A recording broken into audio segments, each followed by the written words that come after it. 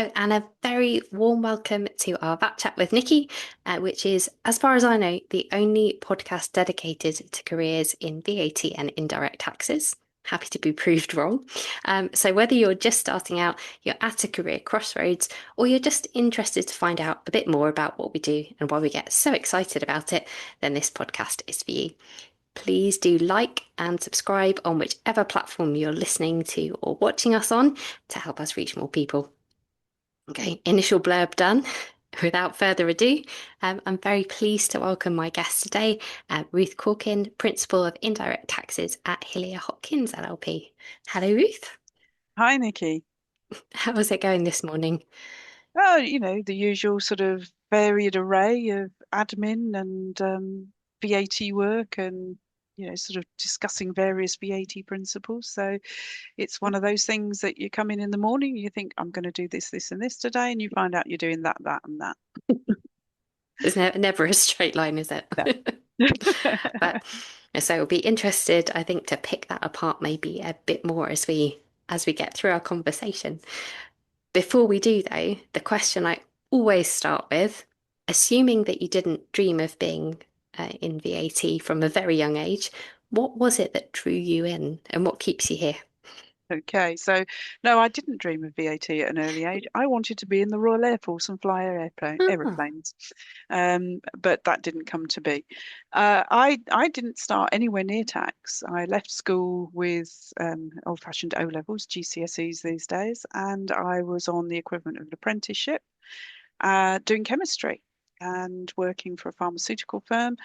Unfortunately, chemistry wasn't my strong point, and I thought, if I'm going to get on and earn some money and own a house and do all the things that I wanted to do back then, I'm going to need to change jobs. And I responded to a local advert to join HM Customs and Excise, as it was then, as a VAT officer. Didn't know what it meant, didn't know what it entailed, and went through all the training. And I did what was called treble O visits, which were businesses that had been registered for a year, 18 months, maybe 2 years, going out, talking to them about what they did, having a look at their books and records, putting them on the straight and narrow. And I did that for about 2.5 years. I also did some more compliance visits to different sized businesses and things like that. And then after about 2 years at that time, you used to go what was called indoors. And indoors was either inquiries where you answered people's questions about that, registration, because every office used to be able to do its own VAT registrations, deregistration, obviously the converse of that, and enforcement, which was going out and collecting money. And unfortunately, I was allocated to enforcement, which was not my strong point. I am not a great one for going out and demanding money with menaces or threatening to distrain on people's goods. So I thought, oh, no, I'm going to have another career change here. And I met the person I'm now married to, and he was in Birmingham. I thought, oh, well, maybe I can move to Birmingham VAT office and go back out in the field. And they went, yes, you can go to Birmingham, but the only vacancies they've got are in enforcement. oh And I wasn't a city girl by any chance at that, any way, shape, or form at that point. And thought, I'm not sure I want to do enforcement in Birmingham either. So I went and joined Pricewaterhouse as a consultant, did my ATT exams, and then moved up to various size firms. I took a break and brought up my children. I owned my own business, and in all of those sorts of roles, I did VAT and customs duty. I came back fully into consultancy in 2008 after the recession, because the business we had was retail, and retail got crushed basically. And I've been there ever since. And why do I stay? I stay because my I have a love of the taxes that are involved. Most people say I am very engaged with them and very enthusiastic. Um, but I could see that the ones that got hit the worst with all of this were the SMEs. So the admin burden and the tax burden to some extent fell on their shoulders much more than it did perhaps big business. And big business has a lot of ins into HMRC, HN Treasury, and correspondingly the large advisors, whereas SMEs tend to be resource poor. And so for me, if I can get something past HMRC, whether it's a case or ADR or a letter or even something from one of the committees I sit on that makes the admin burden a little less on SMEs, that really floats my boat and makes my day. And it's interesting you focus on SMEs as well, because I think it's one of those terms which gets used a lot, but sometimes we don't necessarily define.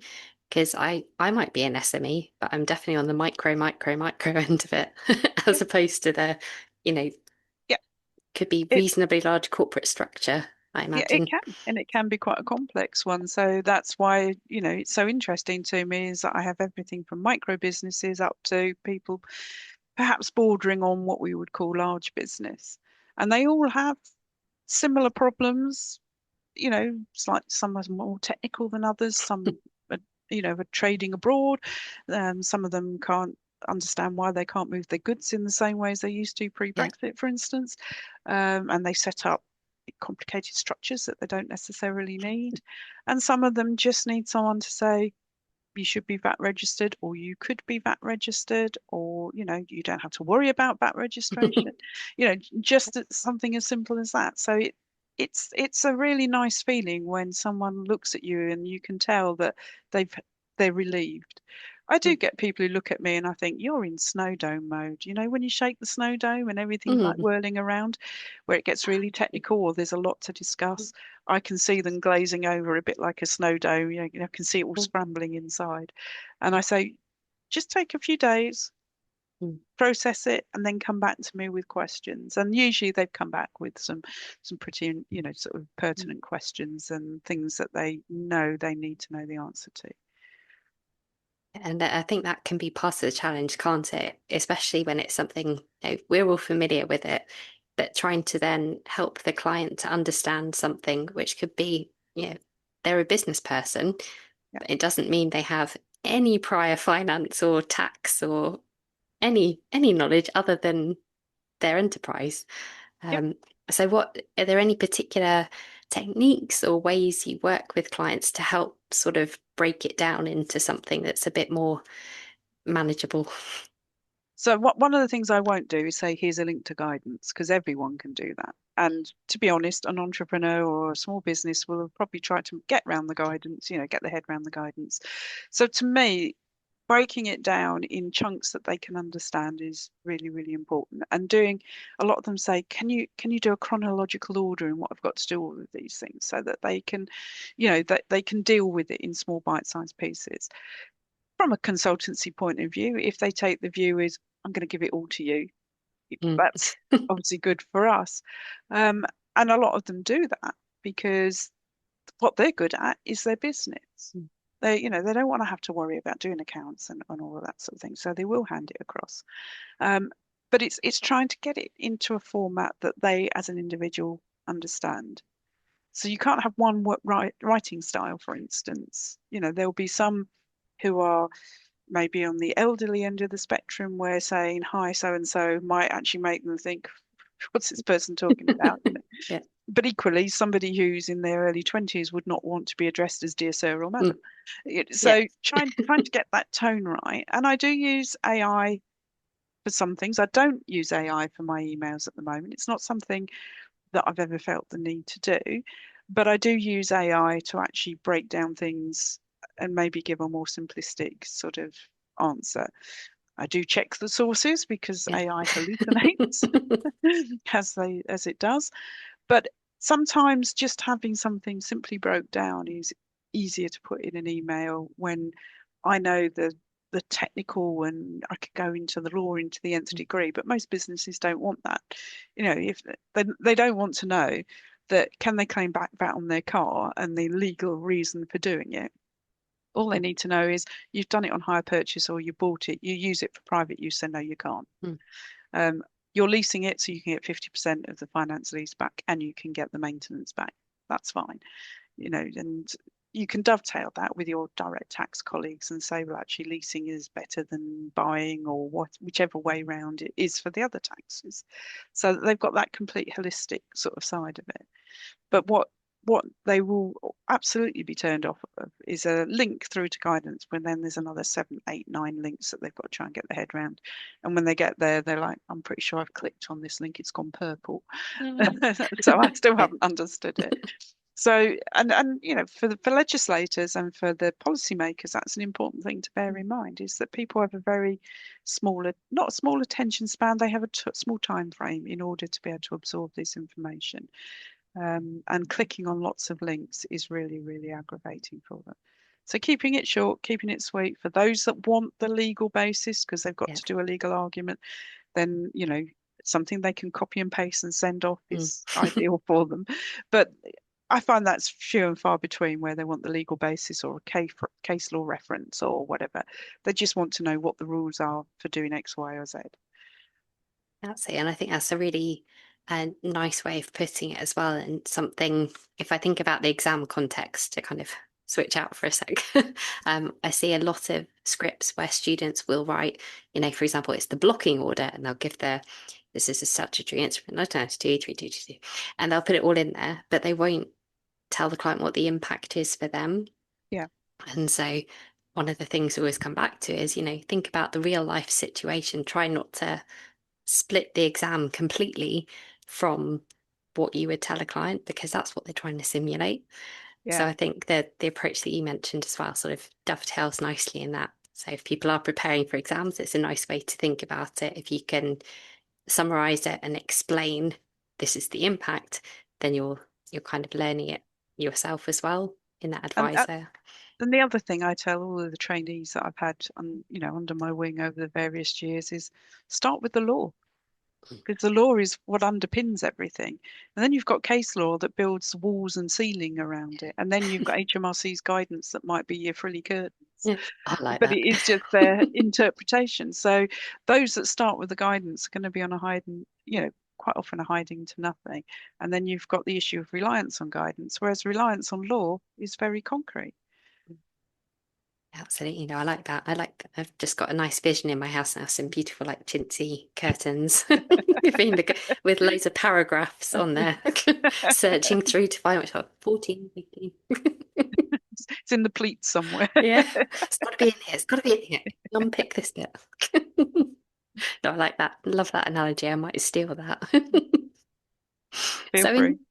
in terms of the SME issues as well, you did mention your roles on various committees. So how does Yeah. that interplay with getting some of these issues that you've alluded to, sort of progressing them or getting that voice heard at those committees? So, I mean, for the listeners, I sit on the tax faculty board of the ICAW, and I sit on the indirect taxes committee of the ICAW and the Chartered Institute of Tax. And they're all volunteers. They're all people who are very technical from different paths in life. Some of them are industry, some of them are large business, some are small business, some are, they're varied. And they all have one goal, is to try and make tax as easy as possible so that people can comply and the tax gets collected.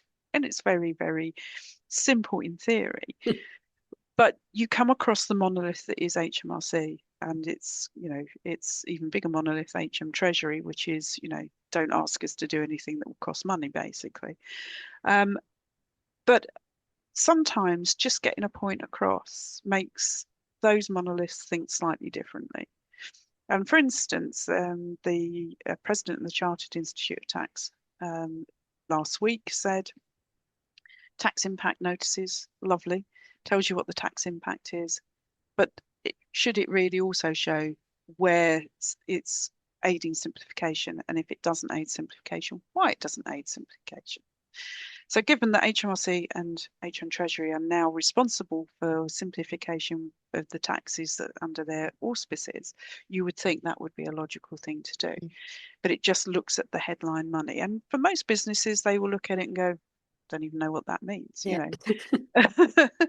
All I know is I'm going to have to pay extra X, Y, and Z. So trying to get the points across of businesses that are going to be impacted by that. So, if you were to bring in a tax law that meant that they had to keep another 10 pieces of paper to evidence the one thing that they've already done or are doing, that's not going to be particularly easy for businesses to embrace. If you look at an SME, most of them are two, three directors. They're all chief cook and bottle washer, so they're doing everything from HR to PAYE to the dreaded VAT return and whatever. What they want to do is go out there and sell whatever their product is. And that's what they're good at. That's why they set the business up in the first place. So putting more and more admin on them is not going to make them more compliant. If I have a sort of view, if you make it too difficult to do, people will give up. And when people give up, things fall through the cracks. Doesn't matter which industry you work in. If someone's so demotivated with the overwhelming tsunami of paperwork or whatever it is, things will start to fall through the cracks. And tax, people will automatically think, I don't understand it. And that is probably their baseline. They don't understand it. They don't understand it because they hear loads of different voices saying different things, and they can't filter out the things that mean, the most to them. And so they get overwhelmed by it. And trying to get through to HMRC that their communications need to be a bit better, their guidance needs to be a bit better, it needs to be a bit more user friendly. I know the guidance rules, I think, now state that the average 9-year-old should be able to read it. That's probably taking it a bit too far the other way. But if you can get the point across in a way that businesses can understand, then you're more onto a winner. You're more likely, there's less ambiguity for businesses to hide behind if they're not going to pay their tax. And there's more of a handle for them to actually pay it. And that, there's loads of different ways that can be done. Communication is, as we know, key in any industry or any sector. If you send out a letter saying you will do something, you'll probably find that most people will go, really? You're going to make me do that, are you? And they will probably push the envelope as far as they can. If you say, Yeah. if you soften it a bit and say the rules state that you should be doing this or you may need to be doing this, and you need to take advice or you need to have a look at our guidance, and here it is all succinctly done here in this bit here, one click, they can make up that mind. And if they then take a view that is contrary to everything that they've been told, then they should have the full ramifications. But for most businesses, they're just trying to find what it is they're being asked to do. If you look at a business starting up, it might start up as a limited company. You can form your own limited company. There's no issue with that. Do they fully understand what they're doing when they form the company? Possibly not. But then they'll click on the link that says register for corporation tax. They may or may not need to register for corporation tax. They may eventually get their UTI. It took me 2 years to get mine, but Oh my goodness. and I did that. Register the company, register for corporation tax, but it doesn't ask them to register for VAT. It doesn't ask them to consider it, and they happily go on, and they know VAT is there because people in their sector charge VAT or whatever. But they don't actually know whether it's advantageous to register for that. There are quite a few people that would be they would get their VAT back without having to pay VAT because of what they do. There'll be quite a few people who can't get their VAT back and have to register just to account for VAT to HMRC, which is counterintuitive. But most people are going to be in that position where it will give them credibility in their marketplace because it makes them look bigger than they are. They don't have to worry about, am I over, am I under? It's already done for them. With the accounting packages now, they're fairly simple, so they can do their own accounts and they can actually see what they're spending their money on and think, oh, didn't realize I was spending that much on subsistence or whatever. And they can track what their profit is. And the profit is the most important figure in the accounting world because that's actually what money you've made and what money you've got to play with to expand, to pay a dividend, to take on more staff and make those decisions. You can have turnover, and turnover can be massive, but profit could be very, very small. And that's what hinders you at the end of the day. And that's what banks look at when they're trying to give you finance and things like that, is your profit. So, it's having all those things to make, if you had a small business page where businesses could start at the very bottom and say, okay, so I need to do this and I need to do that and do it in almost like chronological order, would make it infinitely easier. And I know they have a lot of those sort of almost like trees with some of the Yeah. customs sort of thing. Do you need an agent? That sort of thing. Not all of them work as they should do. It doesn't necessarily give you the answer that perhaps it should do, but it's a start. And for businesses that are starting up, they want to hit the ground running. They're going to conquer the world with their product or their Yeah. service. We all know. We all have those dreams. Um, but they can get bogged down. And I always say to students when I'm talking to them, one of the things that will leg your business up the most is tax. Mm. If you don't get your tax right, then you are in a world of pain. And VAT is probably the one that's most visible because that's on every single transaction, one way or another. Yeah. You've got to make a decision. Do I charge it? Don't I charge it? What rate do I charge it at?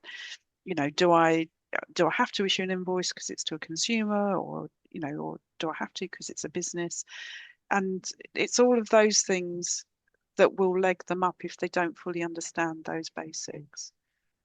And I think your point as well that people sort of start from the position of I don't understand tax. I don't think it's because they don't want to necessarily comply, because I know, there's lots of talk at the moment about the tax gap being, quite a large proportion from small businesses. Yeah, But I do think the majority of people want to do the right thing, that it's yeah, just how to do it sometimes, yeah, and it's often after they've spoken to, could be Dave down the pub or, yeah, equivalent, that some of these things come out, or as you say, someone else in their sector is charging it, so they then might come to you and say, well, do I need to do this as well?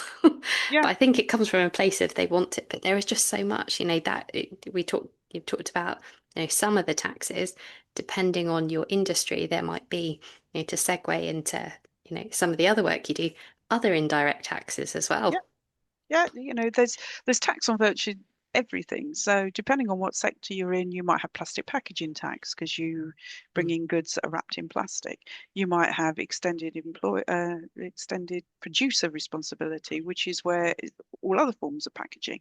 So if you're somebody who thinks, what take an example of those squishmallow dumpling things that the yeah. kids are all after at the moment. They all come in like a little dumpling steamer. They're all imported. So on that one import, there will be plastic packaging tax, there will be extended producer responsibility, there might be customs duty because I think they're probably made Mm, in China, and a lot of things from China have yeah. customs duty on it. They'll have VAT on it. And then they've got to look at the health and safety side of it. It's got to be kite marked, or what was the kite mark? It's now the Mm, UK in safety standard. But all of those things for one product, if you multiply that up, if you're a toy retailer, again across mm, thousands of SKUs, if you're importing food, you've got to notify HMRC. If it's dog food, you've got to, not HMRC, DEFRA. Even if it's dog food in kibble form, it's never going to moo again. You've got to notify DEFRA that it's coming in, and DEFRA will ask the Port Health Authority to do various checks on it. So, you sort of the amount of paperwork that you have to send, and for the listeners, my friend does customs declarations, so I know this bit very well. You have to send the formulation. You have to show that it's stable at room temperature, or it's frozen, or whatever, and that it's not going to go off or cause foot and mouth disease, which is all really important.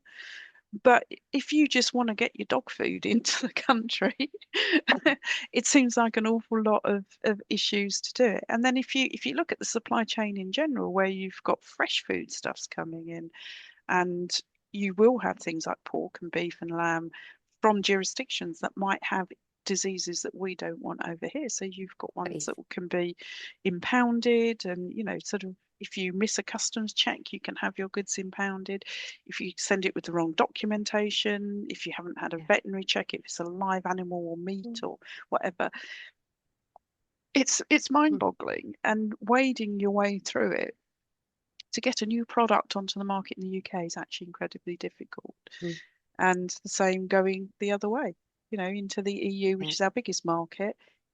The standards are, I think, pretty much still the same, but you've got to Mm, conform to two different ones, and people are setting up their businesses to do that conformity.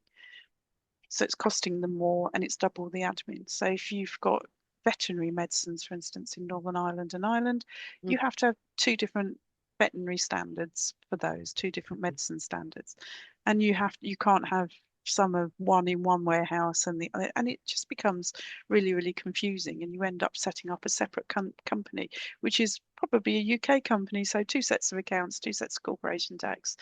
If you're employing people, two sets of PAYE, just to get round a particular regulatory issue. Yes. Gosh, and I know you mentioned all those, on your products coming in that you might have obviously the different checks, the different taxes. Do you find it then helpful when you're coming across the client situation to have the knowledge? Because I know that, myself, I would say I'm a VAT specialist. I know bits about everything else enough to be dangerous. But do you find like how do you keep up with the not because it feels like to me every budget or every other budget there's another indirect tax of some description or it's being Yeah. updated. How do you keep on top of them all? It part of the committee work that I do helps with that. So Okay. sitting on the indirect tax committees of two of the professional bodies really helps because we have to discuss and we have to answer the consultation papers. So it does make you more aware. I have certain sectors where absolutely know what's coming down the stream for them. So the carbon border adjustment mechanism, EU deforestation regulation, all of those sorts of things, e-invoicing. So e-invoicing is going to affect every business. Mm, If you're doing business to business in the UK, you will need to be able to e-invoice, or you'll have to have some form of exemption for it, which we're not entirely sure what that looks like yet. So, we know the sort of bare bones of it. We won't know just what it really looks like until the budget, yeah. which was going to be October, November, but who knows now.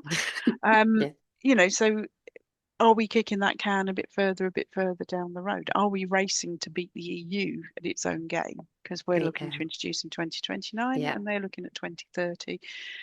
The low value consignments to stop Mm, basically products coming in that are, being misdeclared and having no duty and that sort of thing.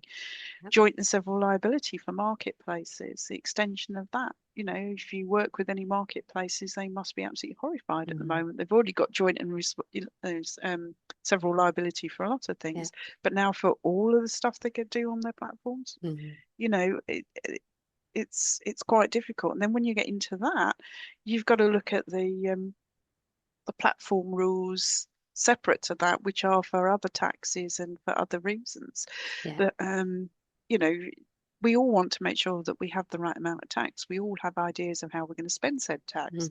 Mm, But if you make it too complicated, people will just give up and just say it's all too much for me. I'll wait until they find me out. mm, But if you've got the sugar tax, common sense yeah. would say it should be on anything sugary. It's not, it's just on No. drinks. And now we're effectively taxing milk, which we've zero rated for VAT since 1973 because it was considered to be a useful part of the diet. And I was in receipt of free school milk when I was at school. And I can still remember the very warm bottles in the summer and, Oh, yeah. chipping the ice out in the winter. And that sort of like very strange milk taste where it had not been stored properly. But, how are we saying on the one hand that milk is bad for you because it's got lots of sugar on it, but it's good for you for VAT purposes, so Yeah. therefore it's 0% VAT. It's ridiculous. There needs to be a streamlining of all of the taxes. And there's a very the example I use is evidence of export for VAT. The rules around it are very, very narrow. You've got to have one type or the other, Mm, plus you need all your supplementary things like emails and correspondence and yeah. invoices, etc. But if you look at plastic packaging tax, which is much newer, Mm, its evidence of export is just a great big long list. It mm, doesn't divide it between different categories. It just says if you've got a mixture of this, we'll be happy. yeah. So on the one Mm, hand, you could end up being charged 20% VAT on your exports, but if it's suited for plastic packaging tax, you're fine. It's just nonsensical. oh gosh. I think we could probably go down there, simplification line. We could probably The have rabbit quite hole a that is quite a lengthy simplification. debate on that. Yeah, So I think maybe what we'll do, we'll curtail that for yeah, now. yeah. But Save that for I another think it's day. a, yeah, no, it is a big, big subject. I'm sure it's one. that you speak about at committees as well quite a lot. Seeing ICAW paper recently on and ATT have published recently as well on here are some things which would help. Yeah. um, so my final question then, Ruth, is if you were to do it all again, starting from the beginning, is there any particular advice you would give to yourself starting out in the world of VAT and indirect tax? Probably don't be overwhelmed by it. When you start out, I can remember not so much in my customs days, but my days at Pricewaterhouse, where I was handed the orange book, which is significantly slimmer than it is these days, and said, learn the law. Oh my And goodness. learning the law was just, and we would be tested on it. So, it is good for your exam practice, obviously. Um, but don't be overwhelmed by it. But I would say, don't be siloed. Mm. If you want a long-term career in indirect tax, be agile, be flexible, and above all, be curious. I like it. That's how I've got to where I am, by being nosy. Yeah. And you're right, it's almost like you're allowed to be as well. Yeah, Anyone else forgets that, like, I'm not giving you these secrets of my business, but like, no, we need to know. We need yeah, to know what happens. Who does what? Why do they do it? Where's the money going? yeah, Where are the goods going? yeah. Where, when, Yeah. and with the use of AI, curiosity is going to be, and critical thinking. Those Mm. two skills are going to be really important. And I think it's one of the reasons why indirect tax is certainly for the short to medium term going to be AI approved. Oh, I like that. And perfect way to wrap it up again with the AI in there. Awesome. Well, thank you so much, Ruth. I've really enjoyed it, and I'm sure we could have carried on an awful lot longer. Yeah. Not just on simplification, but on all of those areas we went through. If anybody wants to get in touch with you after this, what's the best place to reach you? I'm on LinkedIn. So Corkin is quite a distinctive surname. You should be able to find me. So that's probably the easiest way. And I engage a lot with LinkedIn. Failing that, I work for Hillier Hopkins LLP, and my contact details are there on the website under our experts. Don't filter for any one particular office, just put my name in and you'll get my contact details. Okay, brilliant. Well, thank you so much again, No Ruth. problem. Enjoy the rest of your day. I And you. hope you have lots of interesting VAT problems to solve and other indirect taxes too, not just VAT. I'm sure I will. I haven't looked at my inbox yet.